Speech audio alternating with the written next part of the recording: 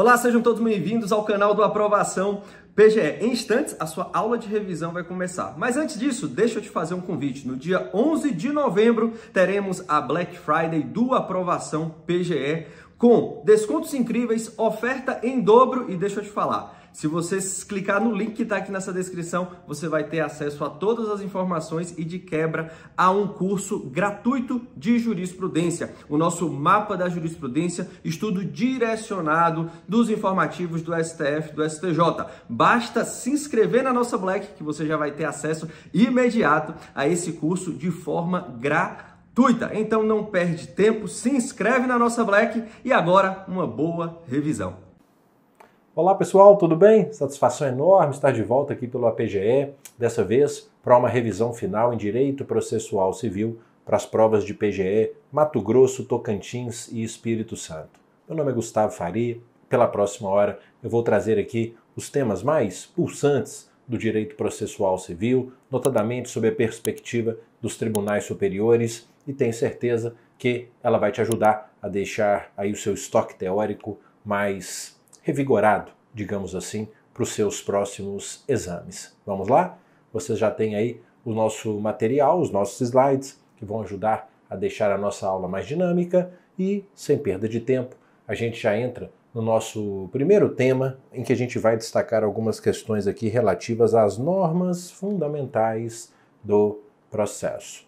Veja bem, pessoal, o primeiro tema que eu selecionei sobre normas fundamentais diz respeito à chamada fundamentação per relationem, também chamada de fundamentação por referência, e o tema repetitivo 1306 do STJ, uma decisão super importante deste ano.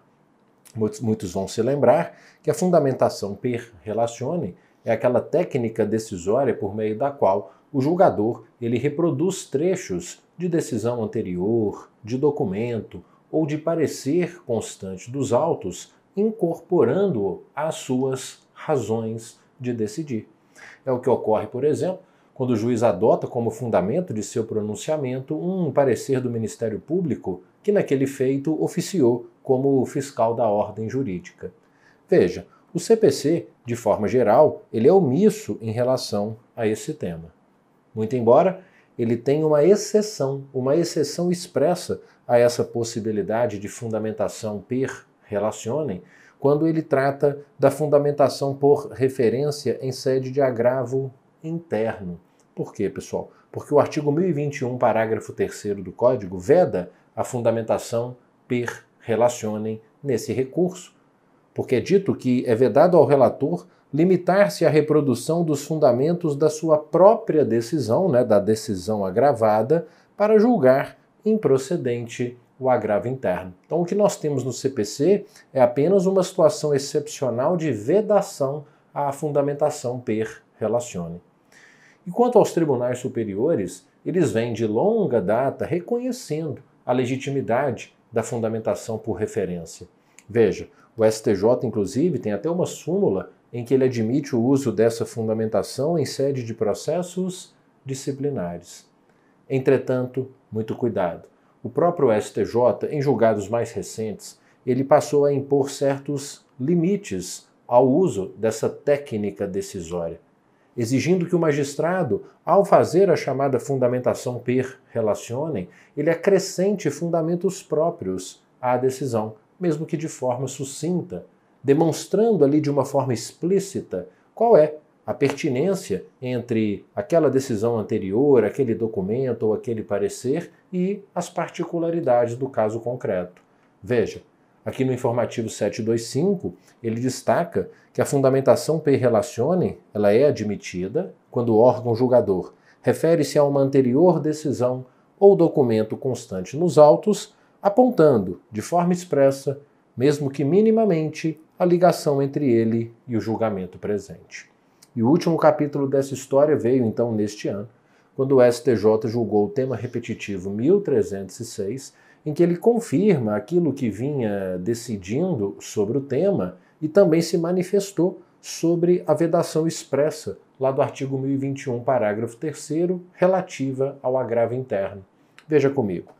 No primeiro ponto da tese, ele destaca que a técnica de fundamentação por referência ou per relationem, ela é permitida, desde que o julgador, ao reproduzir os trechos de decisão anterior, documento e ou parecer como razões de decidir, enfrente, ainda que de forma sucinta, as novas questões relevantes para o julgamento do processo, dispensada uma análise pormenorizada de cada uma das alegações ou provas. Então ele reforça o cabimento da fundamentação por referência ou per relationem, mas traz essa parametrização, traz essas balizas mínimas para que haja legitimidade no uso dessa técnica. E quanto ao parágrafo 3º do artigo 1021, veja a conclusão a que ele chegou. O STJ destacou então que ele não impede a reprodução dos fundamentos da decisão agravada como razões de decidir. Mas, veja, isso não traz qualquer ilegitimidade quando a parte deixa de apresentar argumento novo. Se a parte não traz nenhum argumento novo em sede de agravo interno, não se pode então exigir do relator que tenha que refazer a sua própria decisão, ainda que com outras palavras, de forma então que esse dispositivo ele não vai impedir a fundamentação per relationem se o agravante não trouxe nada de novo. Se ele não trouxe argumento novo, é válida a fundamentação por referência. Tá ok? Bastante cuidado com esse tema. Bom, dito isso, feitas essas considerações aqui sobre a fundamentação das decisões e a questão da fundamentação per relationem, eu quero agora um cuidado de vocês com o tema da boa-fé, litigância abusiva e o tema repetitivo 1198 do STJ. Tema super importante. Olha só, pessoal, tema da vez, um tema que está muito em voga. Claro que você sabe que, de forma geral, o artigo 5º do CPC, ele prevê que aquele que, de qualquer forma, participa do processo deve se comportar de acordo com a boa-fé. E veja, uma das formas de se violar o princípio da boa-fé é justamente por meio da chamada litigância abusiva. O que é a litigância abusiva, pessoal? Segundo o Superior Tribunal de Justiça, como você vai ver aqui nesse julgado do tema 1198, ela é aquela que decorre de um uso ilícito, de um uso fraudulento do processo com a intenção de se obter alguma vantagem indevida. A litigância abusiva é um fenômeno que envolve, via de regra, a distribuição de um grande número de ações sabidamente infundadas e com algumas características específicas.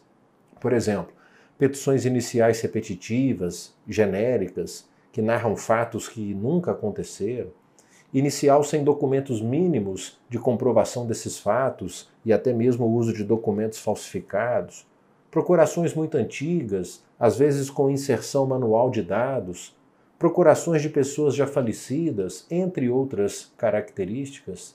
E nesse cenário, nesse contexto, o STJ, então, julgou o tema repetitivo 1198 e fixou uma tese que dá aos juízes um maior poder de controle da litigância abusiva. Veja comigo, ele entendeu que, constatados os indícios da litigância abusiva, o juiz pode exigir de modo fundamentado e com observância à razoabilidade do caso, a emenda da inicial, a fim de se demonstrar o interesse de agir e a autenticidade da postulação, respeitadas as regras de distribuição do ônus da prova. Então, assim, para coibir o uso fraudulento do processo, o juiz pode, por exemplo, exigir que o autor apresente extratos bancários, cópias de contratos, comprovante de residência, procuração atualizada, dentre outros documentos, para comprovar que não se trata de litigância abusiva.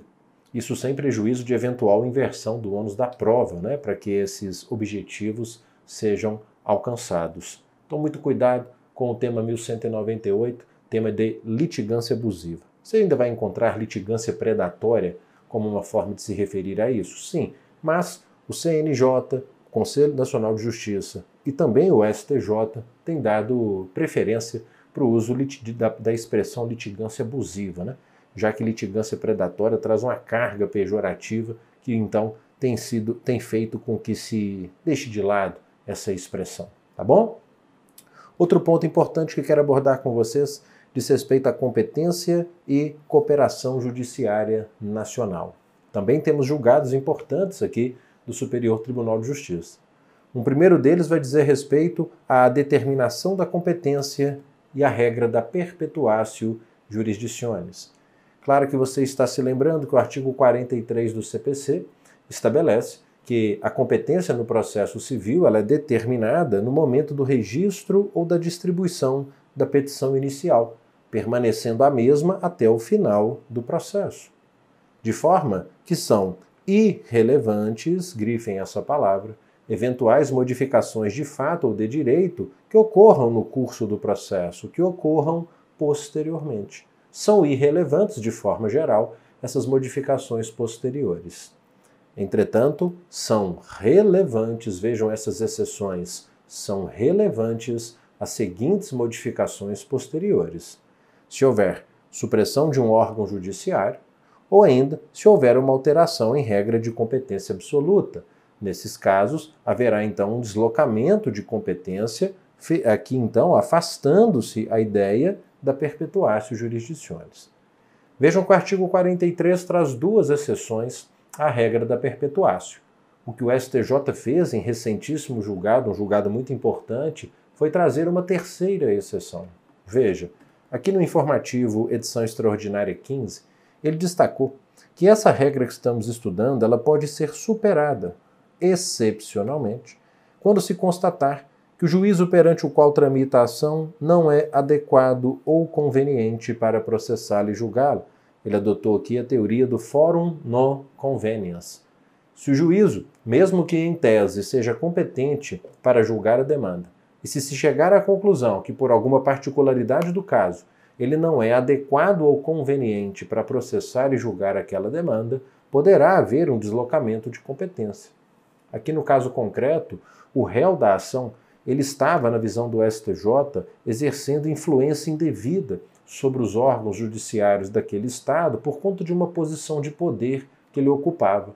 Então o STJ entendeu que essa ação, que envolvia uma questão relativa a um incapaz, ela não deveria ser julgada naquele Estado, reconhecendo-se então a possibilidade de se superar, aqui em caráter excepcional, essa norma do artigo 43, trazendo uma terceira exceção à regra, portanto, não é isso? E então remetendo-se os autos àquele juízo que, em tese, também era competente para julgar aquela demanda. Tá ok? Julgado importante aqui da segunda sessão do Superior Tribunal de Justiça. Também temos julgados importantes sobre competência e agora no âmbito do STF, julgados cuja importância dispensa apresentação porque dizem respeito, em especial, à fazenda pública em juízo. Por quê? Porque você sabe que, nos termos do artigo 46, parágrafo 5º do CPC, a competência para a execução fiscal é a do foro do domicílio, da residência do executado ou onde ele for encontrado. Isso acaba que gera uma dificuldade para os órgãos de procuradoria, que muitas vezes têm que demandar em todas as comarcas do país, se por acaso o executado for domiciliado fora dos limites territoriais daquele estado, daquele município. E o STF, aqui nesse julgado do informativo 1092, julgando ADIs, ações diretas de inconstitucionalidade, entendeu pela necessidade de se atribuir interpretação conforme ao 46, parágrafo 5º, restringindo sua aplicação aos limites do território de cada ente subnacional, de cada estado, de cada município, ao local ou ao local de ocorrência do fato gerador. Então, nesse caso, não é necessário mais propor a execução fiscal necessariamente no foro, por exemplo, do domicílio do executado, que é um domicílio, às vezes, em estado distinto daquele em favor de quem o crédito foi constituído. Então, isso acaba facilitando a atuação nos executivos fiscais. E nessas mesmas ADIs, o STF ele enfrentou o artigo 52 do CPC, que trata das ações em que o Estado ou o Distrito Federal seja parte. Bastante cuidado, porque o CPC ele estabelece que quando o Estado ou o DF é autor, aí não tem muita novidade, a ação é de competência do foro do domicílio do réu. Mas, repito, o artigo 52 do CPC diz que quando o Estado é réu, a ação pode ser proposta no foro do domicílio do autor, no foro do local da ocorrência do ato ou do fato, no foro de situação da coisa ou na capital do Estado. O que acaba trazendo uma certa dificuldade para as procuradorias, né, que, em sendo o Estado réu, o réu, aquele Estado, pode ser demandado em qualquer outra unidade da federação. Até para mitigar esse problema, o artigo 75, parágrafo 4º, que todos bem conhecem, estabelece, né, que os Estados e o DF podem ajustar compromisso recíproco para a prática de ato processual por seus procuradores em favor de outro ente federado, mediante convênio firmado pelas respectivas procuradorias. A despeito dessa possibilidade de convênios, a despeito dessa possibilidade de compromissos recíprocos firmados entre as procuradorias, o STF, ele, naquele mesmo julgado, ele entendeu que deve-se conferir interpretação conforme também ao artigo 52, parágrafo único, restringindo a competência do foro de domicílio do autor às comarcas inseridas nos limites territoriais do Estado-membro ou do DF, que figure como réu. Então, acaba que essa necessidade, né, de ter que demandar, por exemplo, contra um cidadão que é domiciliado no estado do Amazonas, em vista de uma ação que vai ser proposta, né, contra o estado de Minas Gerais, a ação antes poderia ser proposta lá no estado do Amazonas, né?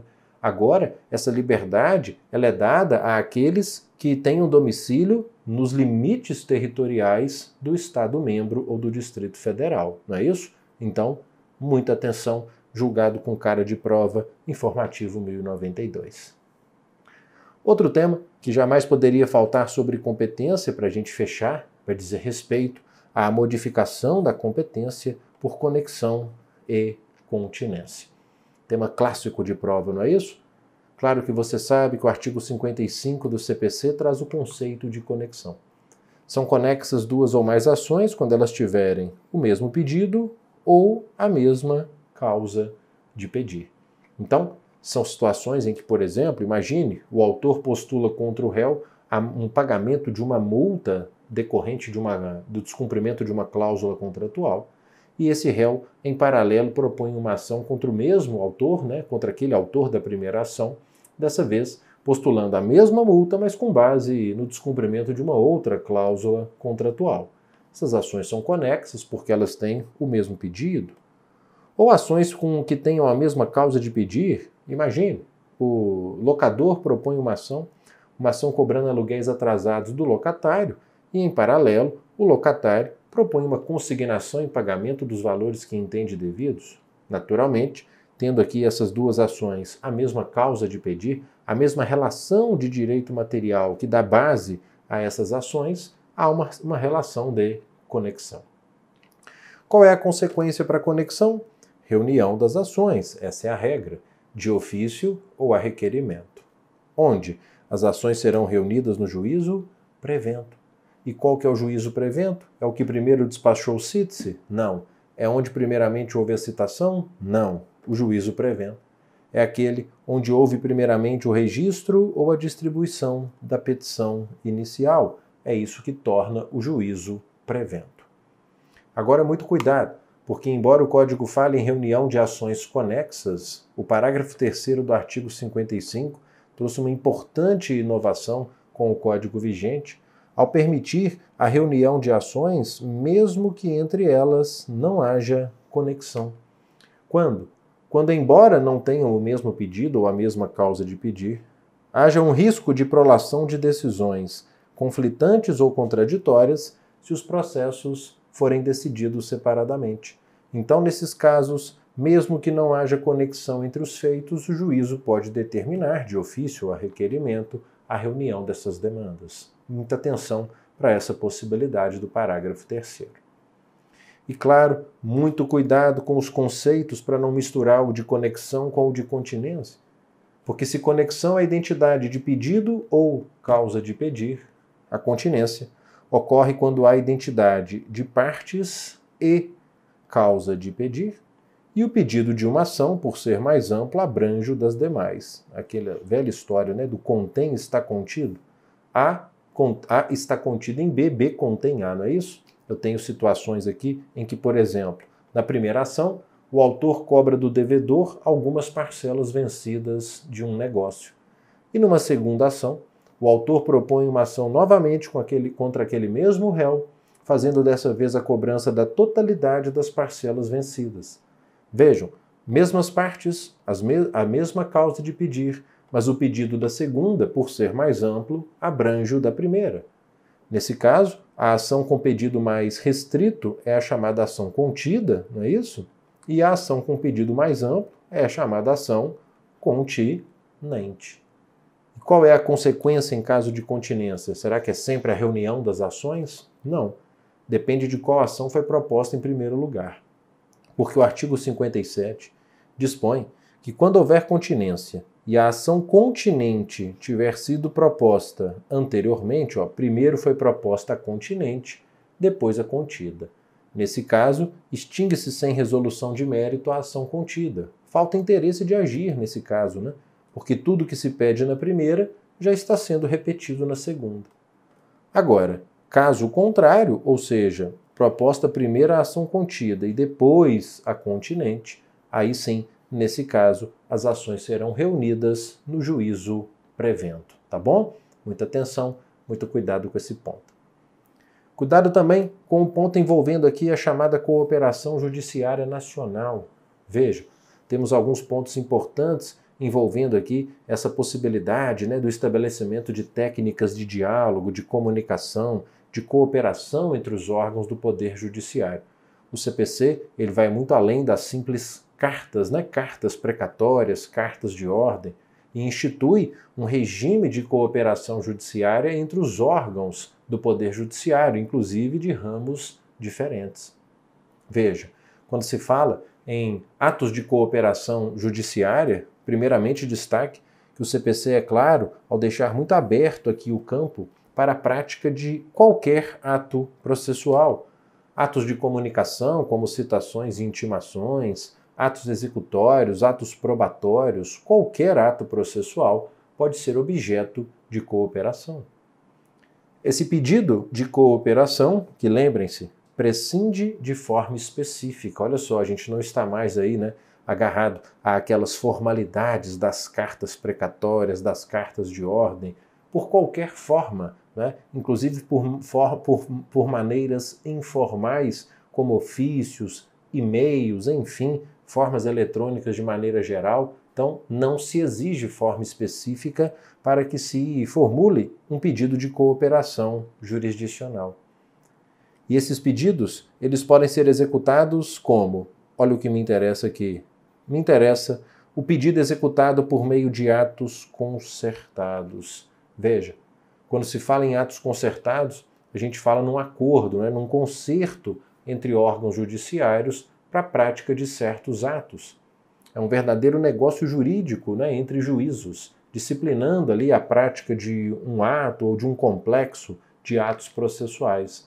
Por exemplo, concertação para deliberação consensual entre o juízo trabalhista e o juízo da falência para tratar da liquidação de créditos de uma determinada empresa. Então você pode pensar aí em concertação com esse propósito. Mas o parágrafo 2º do artigo 69, ele nos traz aqui uma série de exemplos de atos concertados que podem ser praticados. Por exemplo, para citações, intimações ou notificações de ato. Você pode ter, por exemplo, a citação única para vários processos de um litigante habitual, isso via concertação. Assim como para efetivação de tutela provisória e execução de decisão jurisdicional. Você pode ter, às vezes, ali 3, 4, 5 juízos fazendo uma concertação para que se concentre em um desses juízos, por exemplo, atos de penhora, avaliação, expropriação de um devedor comum. Veja, inclusive esse exemplo eu deixo aqui para vocês, lembro até que ele foi cobrado na prova da AGE Minas, essa possibilidade aqui de, por ato de cooperação, admitir-se a definição de um juiz específico para penhora, avaliação, expropriação de bens de um mesmo devedor que figure como executado em vários processos. A gente pode pensar também em atos concertados para efetivação de medidas e providências para recuperação e preservação de empresas e facilitação de habilitação de crédito na falência e na recuperação judicial. Para esses problemas complexos, multipolares, que envolvem consumidores, fisco, empregados, fornecedores, etc. Você pode pensar numa concertação, por exemplo, para compartilhamento de equipe de servidores, para facilitar ali o processamento da habilitação, penhoras e leilões unificados, entre outros atos nesse sentido.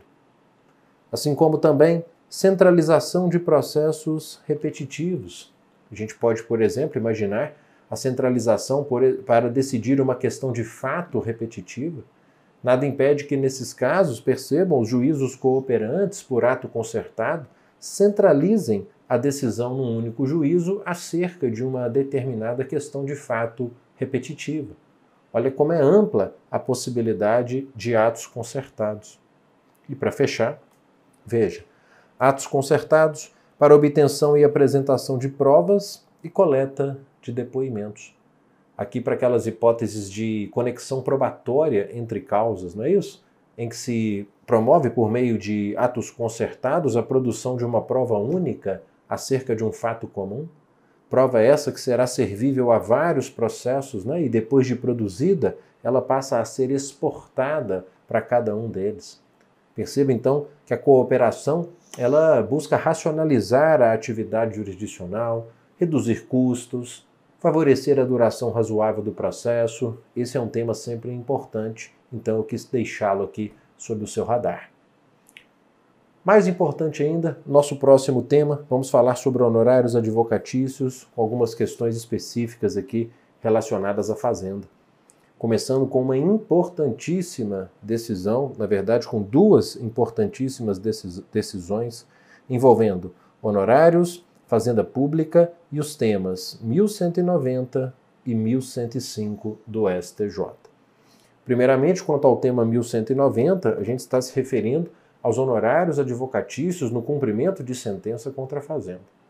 O CPC, no parágrafo 7º do artigo 85, diz que não serão devidos honorários no cumprimento de sentença contra a Fazenda que dê ensejo à expedição de precatório.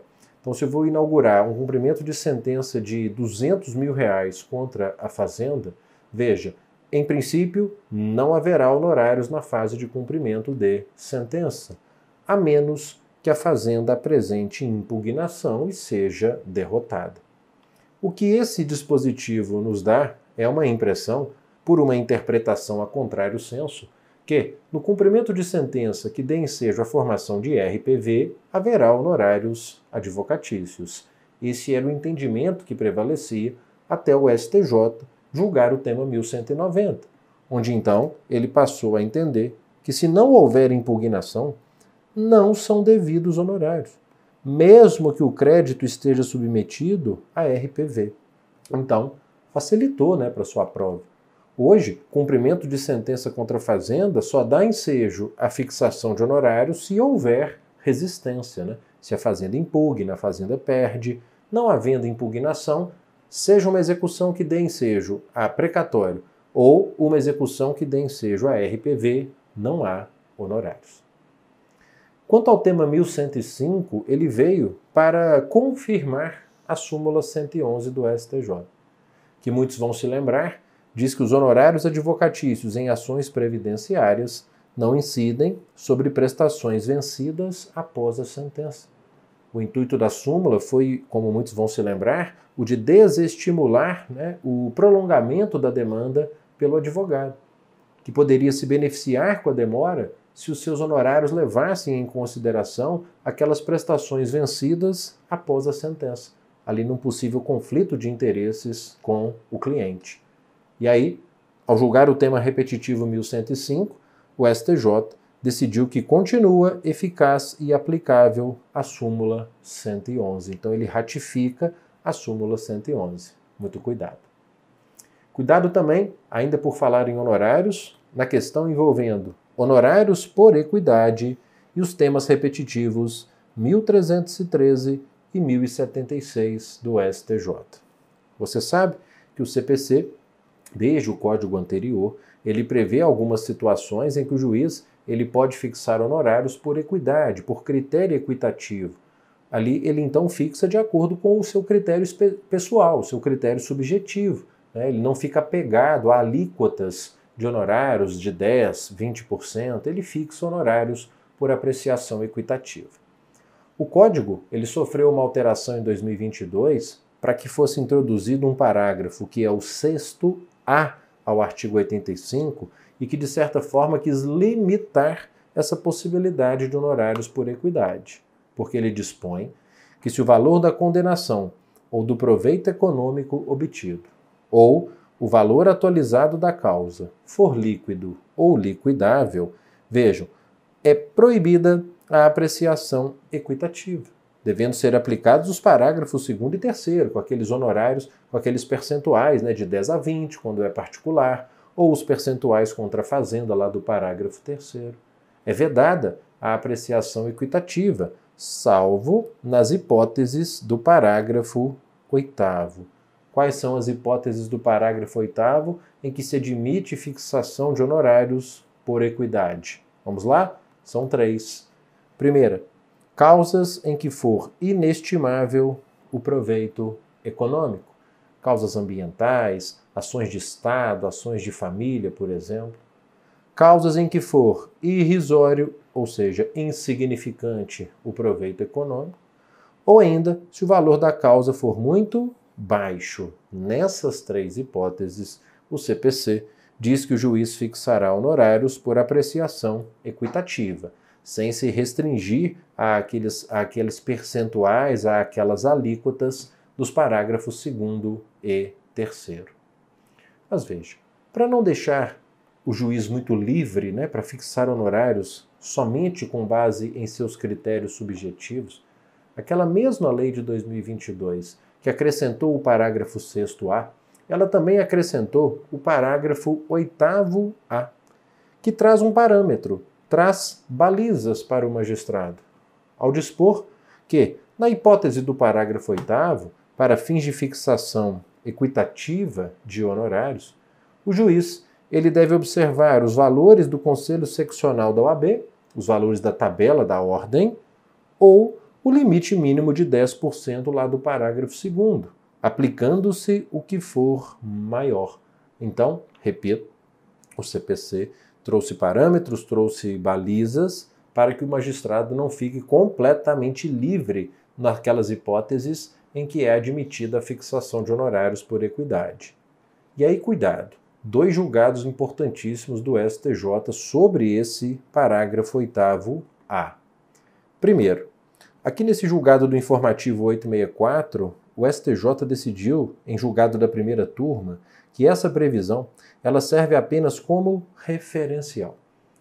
A tabela do Conselho da OAB ou aquele mínimo de 10% não vinculam o magistrado no momento de arbitrar os honorários, já que ele deve observar as circunstâncias do caso concreto para evitar o enriquecimento sem causa ou uma remuneração indigna para o advogado.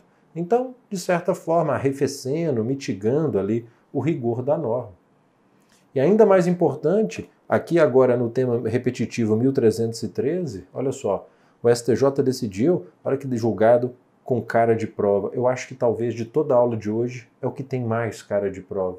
É recente, diz respeito especificamente à questão do poder público e versa sobre os honorários. Em demandas em que se pleiteia do poder público satisfação do direito à saúde, os honorários são fixados por apreciação equitativa, sem aplicação do parágrafo 8º-A do CPC. Então não vai ser aplicado aqui o parágrafo 8º-A, que estabelece os parâmetros do Conselho Seccional da OAB ou o mínimo de 10%. Veja, aqui primeiramente o STJ, a gente pode apresentar um fundamento, ele destacou, primeiro, que a tabela da OAB ela não se presta como referência para a remuneração de defensores públicos, tampouco de advogados públicos, né, que muitas das vezes estão envolvidos nessas demandas. Os advogados públicos sempre, né, já que ambos são remunerados por subsídio.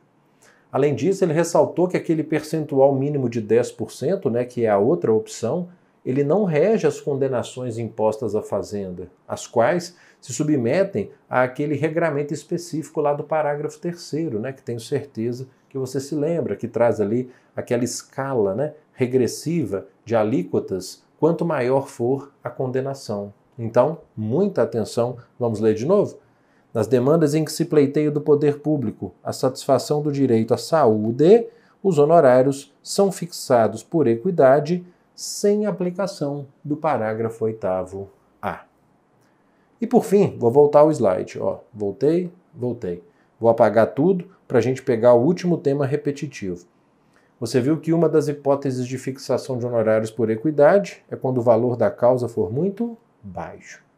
E se o valor da condenação, do proveito econômico ou da causa for muito alto, muito elevado? Nesse caso, pode haver fixação por equidade? Veja, o STJ, ele aqui no julgamento do tema repetitivo 1076, entendeu que não. Veja, a tese fixada foi que os honorários por apreciação equitativa não podem ser, ou a fixação de honorários por apreciação equitativa não é permitida quando os valores da condenação da causa ou o proveito econômico forem elevados. É obrigatório, nesses casos, a observância dos parágrafos 2º, se a ação é contra o particular, ou 3º, quando a fazenda é parte, do artigo 85. O STF ainda vai decidir sobre o tema para saber se esse entendimento se aplica nas causas envolvendo a fazenda. Então pode ser que o STF ele mude esse jogo aqui e venha a entender que, sim, em sendo muito elevado o valor, os honorários podem ser fixados por equidade. Por ora, ele só entendeu que, quanto aos particulares, a matéria não tem natureza constitucional, então vai prevalecer a tese aqui do tema repetitivo 1076. Agora, quando a fazenda está em jogo, aí ele já entendeu que o tema tem natureza constitucional e ele virá, né, a decidir essa questão. Por ora, eu acho que é o tema repetitivo 1076 que tem que estar aí no seu radar. Tem mais questão envolvendo honorários e temas repetitivos? Também vejam a questão envolvendo a natureza alimentar dos honorários e o tema 1220 de repercussão geral do STF e o tema repetitivo 1153 do STJ. Claro que todos estão se lembrando que nos termos do artigo 85, parágrafo 14, os honorários são direito do advogado e têm natureza alimentar, com os mesmos privilégios dos créditos oriundos da legislação do trabalho. Sendo assim, os honorários, como você sabe, têm preferência inclusive sobre créditos tributários, o que, a propósito, foi recentemente reconhecido como constitucional pelo STF. É o tema 1220 de repercussão geral. É formalmente constitucional o parágrafo 14 do artigo 85, no que diz respeito à preferência dos honorários, inclusive contratuais, em relação ao crédito tributário. Alguns advogavam a tese de que, por ser uma lei ordinária, o CPC não poderia tratar de matéria tributária, reservada, como se sabe, à lei complementar. O STF rechaçou, essa tese, entendendo que o CPC ele apenas enquadrou o crédito de honorários lá na norma do artigo 186 do CTN, que prevê a preferência de créditos trabalhistas sobre créditos tributários. E o outro precedente vinculante acerca desse tema é o tema repetitivo 1153, que vai fazer aqui a distinção da verba de natureza alimentar, na qual se incluem os honorários, e a prestação alimentícia, como uma prestação ali devida pelo pai em favor do filho. Segundo o STJ, os honorários eles são uma verba de natureza alimentar e não se confundem com uma prestação alimentícia, que é aquela devida por quem tem uma obrigação de prestar alimentos familiares, indenizatórios ou voluntários. Os honorários, portanto, não se enquadram em prestação alimentícia. Eles são verba de natureza alimentar. E justamente por isso, ele concluiu que na cobrança de honorários não é possível penhorar o salário, não é possível penhorar verbas remuneratórias do executado. Por quê? Porque aquela permissão que nós temos no artigo 833 para penhora de salário é apenas para prestações alimentícias. Veja, Informativo 815, a verba honorária sucumbencial, a despeito da sua natureza alimentar, não se enquadra na exceção do parágrafo 2º do 833, que prevê a penhora para pagamento de prestação alimentícia, penhora de salário para pagamento de prestação alimentícia. Tenho certeza que esse também é um tema muito importante. Dito isso, eu quero passar para um tema muito importante, um tema da vez, um tema que vem sendo aí objeto de alguns atos normativos do CNJ, inclusive especificamente em relação à Fazenda, que diz respeito à citação eletrônica e à Resolução 455 de 2022 do CNJ, que veio para regulamentar, de certa forma, o disposto no artigo 246 do CPC, que diz que a citação será feita preferencialmente por meio eletrônico, essa é uma primeira parte importante, veja, no prazo de até 2 dias úteis contados do cítese, contado da decisão que determina a citação. Veja, por meio dos endereços eletrônicos indicados pelo citando, constante ali do banco de dados do Poder Judiciário. E hoje, quando a gente fala nesses endereços eletrônicos para viabilizar a citação eletrônica, pessoal, a gente está tratando do domicílio judicial eletrônico, que é um ambiente digital originalmente criado pela Resolução 455 do CNJ, onde são feitas intimações pessoais, inclusive da Fazenda, mas aqui nesse momento me interessa as citações eletrônicas. Esse ambiente digital para o qual todos os tribunais do país deverão enviar as citações daqueles que estiverem devidamente cadastrados. E quem deve se cadastrar? Nesse ponto, a gente faz uma análise combinada da resolução com o CPC. Veja, o cadastramento é obrigatório para União, Estados, DF, municípios, entidades da administração direta, empresas públicas e privadas. Inclusive microempresas e empresas de pequeno porte, sim, o cadastramento dessas empresas é obrigatório, desde que elas não tenham endereço eletrônico cadastrado no sistema da Rede Sim, porque se houver cadastro no sistema da Rede Sim, o cadastro no domicílio judicial eletrônico ele será feito de forma automática, por meio de integração de sistemas, e isso vai viabilizar a citação eletrônica. Quanto às pessoas naturais, o cadastramento é facultativo, nos termos do artigo 16 da nossa resolução. Então vamos imaginar agora, primeiro pense em sede de pessoas jurídicas de direito privado, pessoas naturais, para depois eu te mostrar o que o CNJ diz em relação às pessoas jurídicas de direito público. Veja, então imagine, foi enviada uma citação para uma determinada pessoa jurídica de direito privado. Lá naquele prazo, lembra, de até 2 dias úteis, foi feito o envio da citação eletrônica ao domicílio judicial eletrônico. Feito esse envio, é aberto um outro prazo, um prazo para a parte confirmar a citação.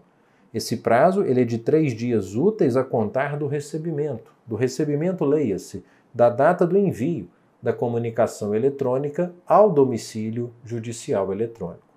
E aí abrem-se 2 vias, né? A primeira é a parte confirmar o recebimento dentro desses 3 dias.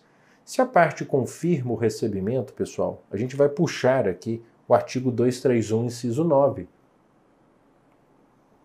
que diz que nesse caso, vejam, o dia do começo do prazo, por exemplo, o prazo do réu para contestar, será o 5º dia útil seguinte à confirmação. Então veja, enviou a citação eletrônica para o domicílio judicial eletrônico. A parte tem 3 dias úteis para confirmar. Imagine que ela confirmou essa citação no último dia útil, que nesse meu exemplo aqui vai ser sexta-feira. Confirmou, o 5º dia útil seguinte à confirmação é o dia do começo do prazo. Então, se ela confirmou, aqui no meu exemplo, na sexta-feira, qual é o 5º dia útil seguinte? Segunda, terça, quarta, quinta, sexta da semana seguinte. Sexta da semana seguinte é o dia do começo do prazo, que nos termos do artigo 224 tem que ser excluído da contagem. Então a contagem começa propriamente no dia útil seguinte, na segunda-feira. Então muito cuidado. 3 dias úteis para confirmar. Confirmou, o 5º dia útil seguinte à confirmação é o dia do começo do prazo. E se não confirmar? Se não confirmar o recebimento, aí a citação será realizada pelas formas tradicionais, digamos assim, correio oficial, escrivão ou chefe de secretaria ou por edital. E nesse caso, você deve estar pensando, então ninguém vai confirmar, né? Para ganhar tempo, o sujeito vai esperar a citação pelas formas ordinárias, né? Não. Por quê? Porque nesse caso, não se esqueçam que na primeira oportunidade de falar nos autos, aquele que não confirmou a citação deve apresentar uma justa causa para não ter confirmado. E se a parte não apresenta essa justa causa, ou apresentando, ela é rejeitada, aquela sua conduta será configurada como ou caracterizada como ato atentatório à dignidade da justiça, que vai dar ensejo a uma multa de até 5% do valor da causa em desfavor do citando. Atenção, atenção, esse é um raciocínio todo que eu acabei de expor que vale para as pessoas naturais e pessoas jurídicas de direito privado. Por quê? Para a pessoa jurídica de direito público, veja, você tem uma norma específica aqui na Resolução 455. Claro que para a questão cobrar isso, o edital tem que tratar da resolução ou pelo menos ter ali alguma diretriz que conduza a essa conclusão. Porque o que eu vou te dizer agora está exclusivamente no artigo 20, parágrafo 3º-A da Resolução 455. Ela diz que no caso de PJ de direito público, olha só, o prazo para consulta não é de 3 dias úteis. O prazo para consulta é de até 10 dias corridos, contados do envio da citação ou ao domicílio judicial eletrônico. Então veja, ela tem até 10 dias corridos para consultar, para abrir a informação. E se a citação eletrônica for consultada, for aberta nesse prazo de 10 dias, pessoal, aí a gente aplica aquela regra. O dia do começo do prazo é o 5º dia útil seguinte à confirmação. Agora, se ela, vou até mudar de cor, não confirmar, se a pessoa jurídica não confirmar, o ente será considerado automaticamente citado na data do término desse prazo. Ou seja, citação eletrônica não consultada, considere-se o dia do começo do prazo o 10º dia corrido, tá bom? Após o envio da citação eletrônica ao domicílio judicial eletrônico. Muita atenção com essa distinção aqui que a lei traz para fins de citação de pessoas jurídicas de direito público, tá bom? E agora vamos falar sobre cumprimento de sentença contra a Fazenda. Temos um julgado super importante aqui que é uma grande aposta na minha visão. Veja, você sabe que para inaugurar o cumprimento de sentença contra a Fazenda, a parte vai apresentar um demonstrativo discriminado e atualizado do crédito, sendo ali uma situação de litisconsórcio, né, havendo pluralidade de exequentes, os discriminativos devem ser individualizados, sendo possível aplicar aqui à execução contra a Fazenda o disposto no artigo 113, parágrafo 1º, que prevê aquela limitação do litisconsórcio multitudinário, não é isso? Com um grande número de litisconsortes? Muito bem.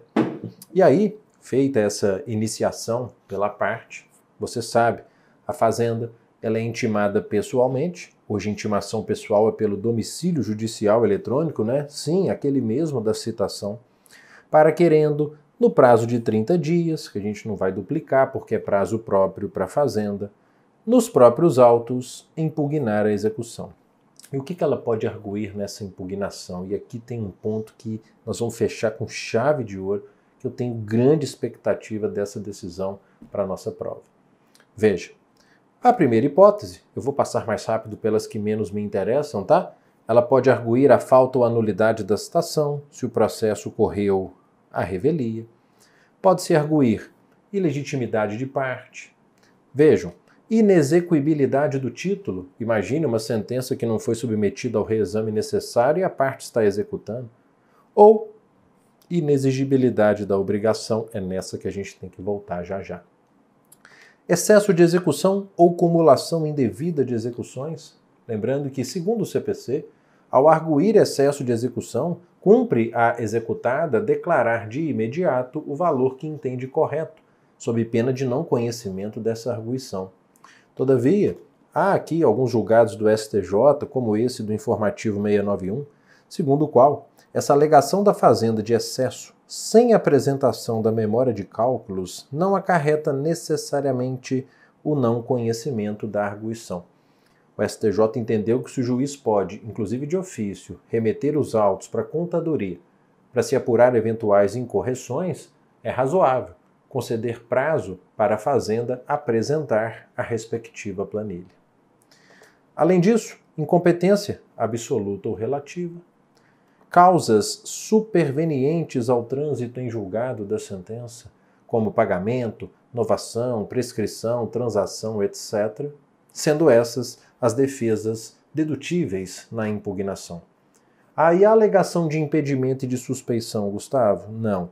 Essa vai observar os artigos 146 e 148 e competirá então à parte por petição própria alegar. Aí agora vem o ponto mais importante. Lembra que eu disse que uma das defesas da fazenda é a inexigibilidade da obrigação? Muito cuidado. Cuidado com o que o CPC diz sobre o tema e depois com o que o STF vai dizer. Vem comigo para os parágrafos 5º a 8º do artigo 535, que são basicamente uma cópia lá dos parágrafos 12 a 15 do artigo 525, que fala da execução contra o particular. Eu estou te dizendo isso porque quando a gente chegar na decisão do Supremo, ele vai sempre fazer essa dobradinha. Quando ele se referir aos parágrafos 5º a 8º da execução contra a fazenda, ele vai trazer o paralelo com o 525, parágrafos 12 a 15. Veja, se a questão de prova perguntar de acordo com o CPC, é isso que você vai ter que afirmar. Vem comigo. Veja, o parágrafo 5º, ele diz que considera-se também inexigível, porque há outras hipóteses de inexigibilidade da obrigação. Mas é também inexigível a chamada sentença inconstitucional. Sentença inconstitucional. O que é isso? É aquela que tem por base uma lei ou um ato normativo que o Supremo declarou inconstitucional, ou que tem por base uma lei ou um ato normativo tido pelo STF como incompatível com a Constituição, seja em controle concentrado ou difuso. Então, se o Supremo em 2021 declarou a inconstitucionalidade de uma lei, e hoje eu tenho uma sentença contra a Fazenda, transitada em julgado, baseada nessa mesma lei, essa sentença ela se traduz num título inexigível. Ela traduz uma obrigação inexigível, podendo então ser arguída em defesa. Essa matéria pode ser arguída na impugnação ao cumprimento de sentença. É uma sentença inconstitucional. Tranquilo? Decisão do Supremo de 2021, sentença de 2025. Decisão do Supremo declara a inconstitucionalidade da lei. Alguns anos depois, uma sentença é proferida com base nessa lei. Vamos arguir isso em sede de impugnação à execução. O parágrafo 6º, ele fala que, nesse caso anterior, os efeitos da decisão do Supremo podem ser modulados. Guarde essa informação aqui, nesse momento ela não é tão importante. Fato é que o Supremo, ao declarar a inconstitucionalidade de uma lei, por exemplo, ele pode modular os efeitos, ex tunc, ex nunc, não é isso? Efeitos prospectivos, retrospectivos. O parágrafo 7º, esse é mais importante.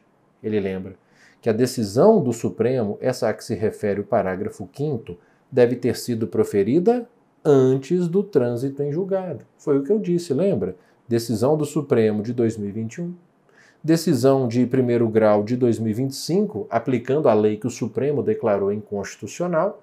Nesse caso, a gente vai discutir essa questão em sede de impugnação à execução. Não é assim? E se a decisão do Supremo for posterior? Aí você já deve estar lembrando. Se a decisão do Supremo é posterior à decisão exequenda, após o trânsito em julgado da decisão exequenda, aí cabe rescisória. Qual que é o prazo da rescisória? 2 anos. Só que 2 anos contados de quando? Do trânsito em julgado da decisão do Supremo. Então, olha só, pelo CPC, imagine, eu tenho uma decisão aqui de 2025 baseada numa lei X.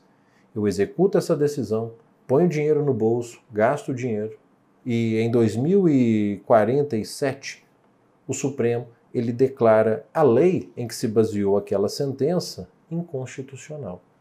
O que esse artigo está permitindo?